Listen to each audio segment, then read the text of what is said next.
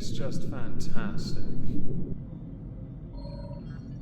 Hello everyone, welcome back to another video. Today we're going to be taking a look at recent document releases concerning Prince Harry's 2020 visa application. This visa application has been called into question and has been for over 2 years now, because in his book Spare Tire of course is what the title was supposed to be, he made admissions, references to sherbet, marijuana, and other psychedelic items, included those things you have with a fry-up, mushrooms. This led to a conservative think tank to question if he made false statements in his application before moving to California. The Heritage Foundation filed a Freedom of Information Act request, arguing the public rightly had a right to know if the royal disclosed the prior drug use that he detailed in his memoir on his application. Yesterday, more than 80 pages of court filings and transcripts were released. However, vast amounts of it were covered in black. Allegedly, the reason why is because one needs to respect the prince's right to privacy. As far as I'm concerned, the whole thing should be made public because of the visa he has actually. Yes, that's an interesting one. We'll get to that soon, don't you worry. Now, immigration officials have said that the real reason for the heavily redacted release was that the Heritage Foundation had not established that the public interest outweighed the right to privacy for Harry. I, as an Englishman, fundamentally disagree and believe it should be made entirely public. Why? Because of the type of visa he has. Weirdly, you don't get privacy if you're listed as a head of state. We'll get to that soon. The full quote from Jared Panter, an official in the US Citizenship and Immigration Services, part of the Department of Homeland Security, had said that the plaintiffs alleged that the records should be disclosed as public confidence in the government would suffer, or to establish whether the Duke was granted preferential treatment. This speculation by plaintiffs does not point to any evidence of government misconduct. I'll be honest, based on the type of visa he's got, I would say there's some preferential treatment here, because he shouldn't have the visa he has. Especially when, in 2020, they moved to the US and dropped their royal duties. Unless we're employing him as a rather crappy spy, I can't understand why he has the visa he has. President Donald Trump had actually previously warned Harry could face consequences if he lied about taking drugs on his US visa application. Some have believed that maybe King Charles had something to do with Harry getting the visa he got. King Charles wasn't coronated until 2023, a full 3 years after Harry ditching the United Kingdom to go be a little soy-filled bitch on Netflix and Spotify and Oprah. And while I will happily defend Harry when it came to Sun, News of the World and all those other outlets that phone-tapped and illegally obtained information on him, when it comes to intellectual honesty in this, I will not. Don't forget, this is the same guy who believed he was in a car chase in New York, Manhattan more notably, when there was no such thing as a chase. He unironically wants absolute privacy from the media, yet will use them because he has no choice to promote his brand. One of the biggest complaints about this release, that the judge ordered, but then simultaneously redacted so much of, is that we are unable to glean too much from it.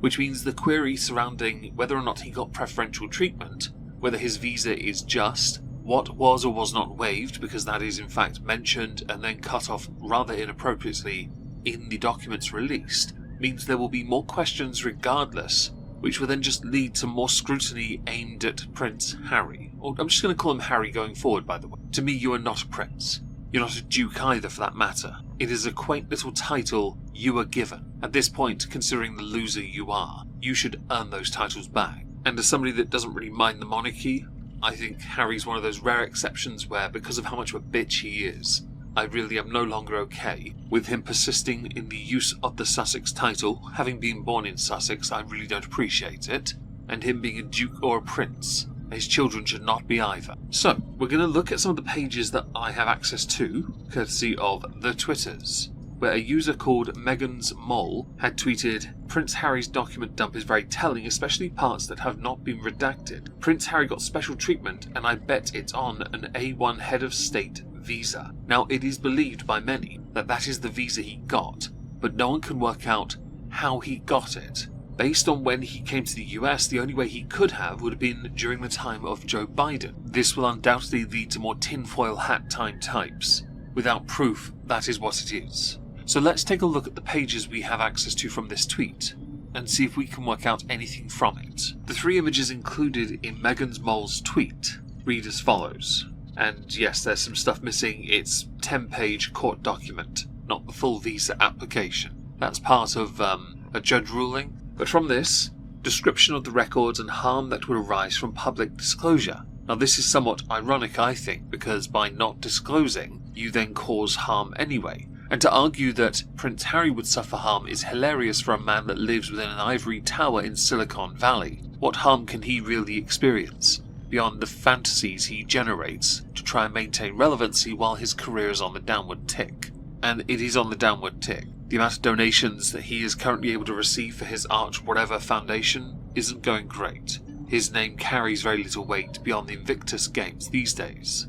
We spoke about Meghan last week, and I am to an extent still right if Netflix and Spotify are pulling out from collaborating with them in the future. That's a big source of income down the drain. Other than entry and exit records, as is the practice when asserting a Glomar response, CBP had not searched for additional records concerning the Duke of Sussex prior to the court's March 7, 2024 order. The rest of point 4 is redacted. 5. Of the remaining redacted listed in section 2 of plaintiff's request, this would be the Heritage Foundation, one of the systems of records, the automated biometric identification system, was not searched by CBP as it is not a CBP system and is being separately addressed. The Non-Federal Entity Data System, NEDS, was not separately searched as that system of records is regarding a data set of travel document information, such as enhanced driver's licenses, shared by CBP by certain states, Native American tribes, Canadian provinces, and other federal governmental authorities.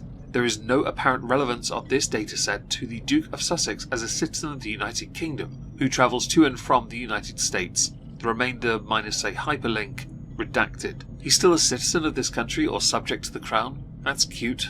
Can we give him that? Can we take that away, maybe? I don't know. Point 6. Similarly, the DHS use of the Terrorist Screening Database, TSDB, system of records was not separately searched as that system of records is regarding DHS's use of the TSDB, which is a dataset regarding known or suspected terrorists that is owned by the Federal Bureau of Investigation. Thank God it's not referencing the CIA, what with all those releases at the moment.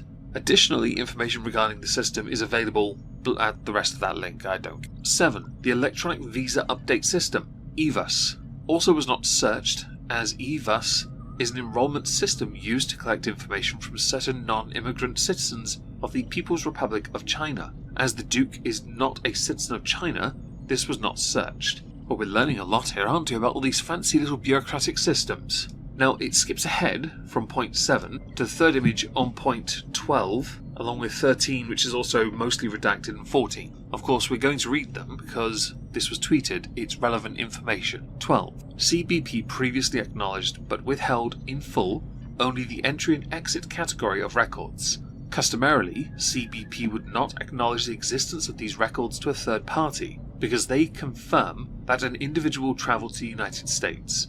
It is CBP's position that an individual possesses a significant privacy interest in their travel history or entry and exit records. However, after considering plaintiff's argument that the Duke is publicly known to have travelled to the US, CBP agreed there will be no harm in merely acknowledging the existence of these records. CBP did not provide to plaintiffs a page count of the responsive records because the amount of pages on records would reveal the extent of travel. However, CBP did acknowledge the existence of these records and withheld the records in full pursuant to exemptions. Those exemptions are interesting. I'd love to know more about those. With respect to the remaining blank categories, redacted even, of records, CBP neither searched for nor acknowledged the existence of these records when responding to plaintiff's request, and in my prior declaration as publicly confirming or denying their existence would betray the Duke's privacy interests protected by exemptions B6,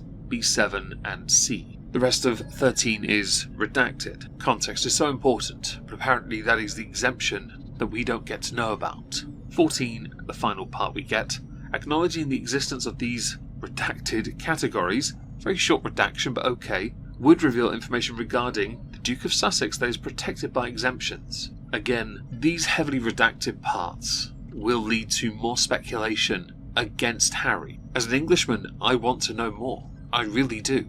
And I think it is in the public interest, especially when it comes to what is and is not known, okay? Now, I should point out, it is believed that it wasn't actually under Biden's term that Harry even got to the US in the first place.